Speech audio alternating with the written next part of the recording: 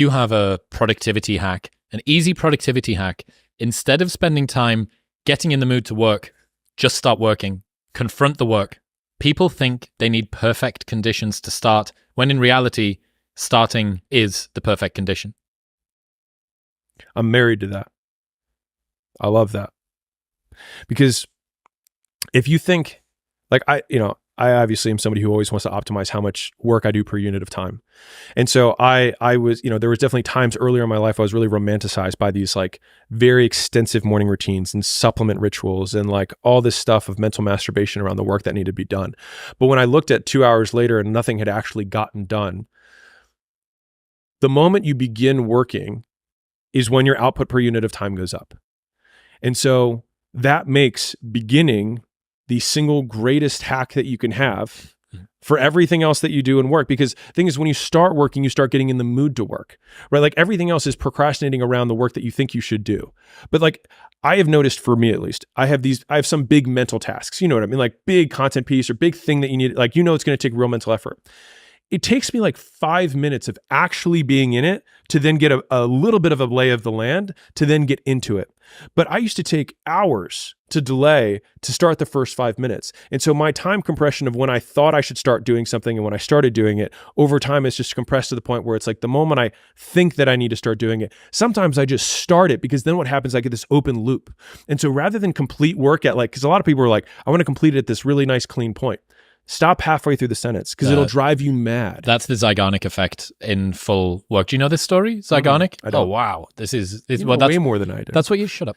That's what you're leveraging here. So the Zeigarnik effect was a study originally done on servers in restaurants. Okay. And they realized, you've ever been at a restaurant and a server comes up and stands with their hands behind the back and go, what would you like tonight, sir? And you say, I'll have the lobster roll and a glass of red wine and a blah, blah. And you're like, this motherfucker's not, he hasn't got a pen or a pad of paper. He's crazy. And then they go off. And what they realized was servers in restaurants were unbelievably good at being able to recall exactly what a table's order was while that table's order was still open. So guys in table 16, they want to swap the peas out for a little bit of extra rice, and they're doing this thing. Yeah. As soon as the table was closed, they couldn't remember anything.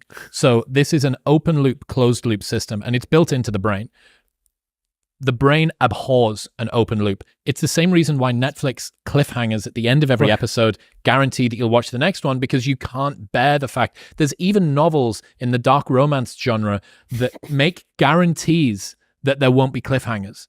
They put it on the front or the back of the book, and they say no cliffhangers guaranteed, which is, people have so much distaste for it that it's a selling point that you get the closure at the end of it. Yeah. And finishing halfway through a sentence reduces the activation energy required to begin that sentence the next day, and it keeps it in your mind too overnight. So I think, whether you've stumbled on it or whether you knew about it, you've managed to leverage a pretty powerful piece of psychology there.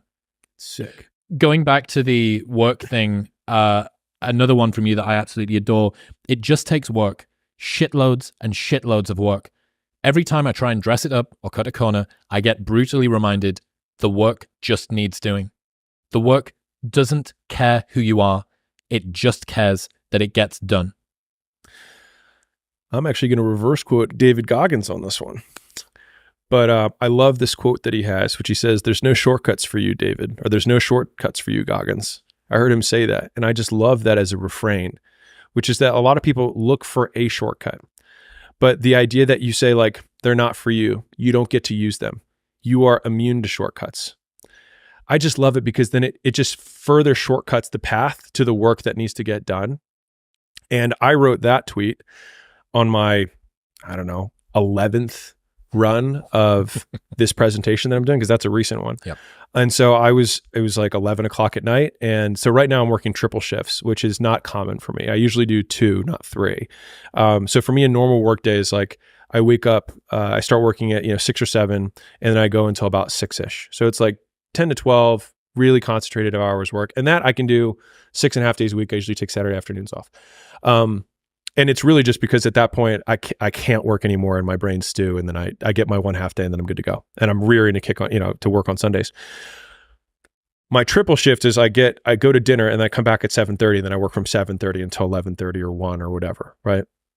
And when I'm putting in triple shifts is when I know I'm like really gassing it. And that's when I'm like repeatedly doing 16, 17 a day of actual productive work.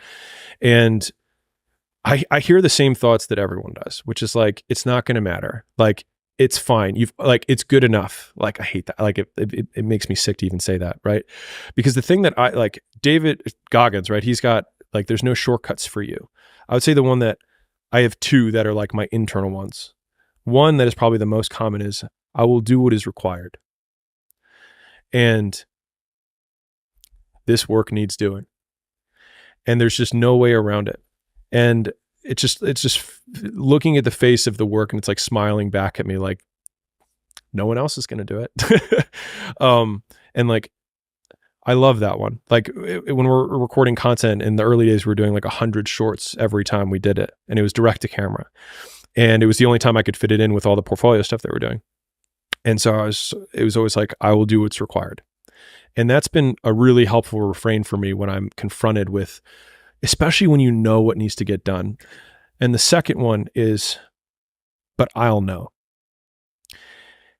And so like, even if it does go well, and even if everyone else says it's great, but I'll know. And it'll then rob me of all of the joy of all of those moments in that experience, because I'll know that I could have done better. And the thing is like, to quote myself from earlier, like I've never regretted working harder, ever, not once.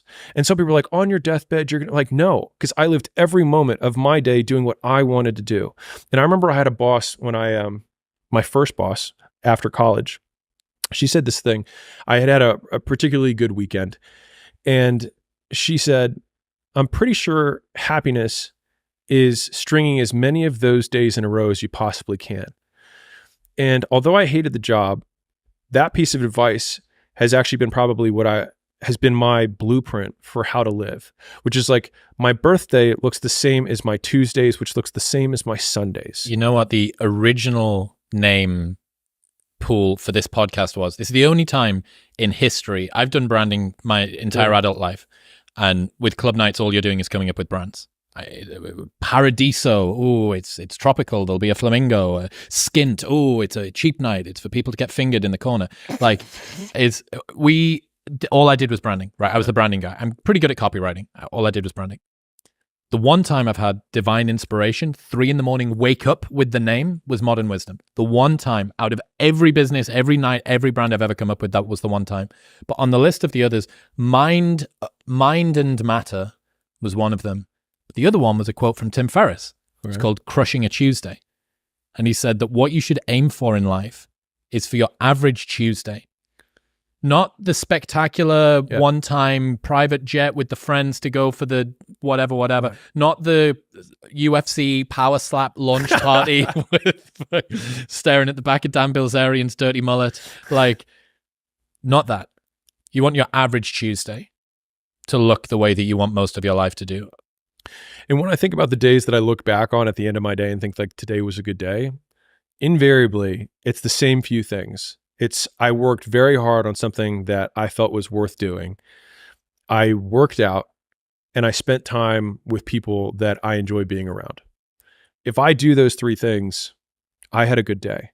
And so that's been my, Alex's simple blueprint for doing things. And I think the point that you were making earlier, I think it's worth hitting on again, which is just that like most people's definition of work is a negative one, which is why they abhor it, which is also why they misunderstand so many people who I'll say quote here, are successful or ahead of them or whatever, is that both people, one person says the word work and the other person hears the word pain. And so the first step to like becoming more successful is understanding the language that the people who are successful are using. They're actually defining the word differently. And so whatever that thing is that you actually enjoy doing, where you lose track of time when you're in it, even if it's challenging, but usually it is challenging, right? Like it's not easy because then it's boring, right? Yeah. Which is also why the uncertainty thing is so key, right? To not knowing if it's gonna work or not. You are gonna work though, either way. Is that the people who are quote addicted to work make it easy to be addicted to work because they do things worth doing.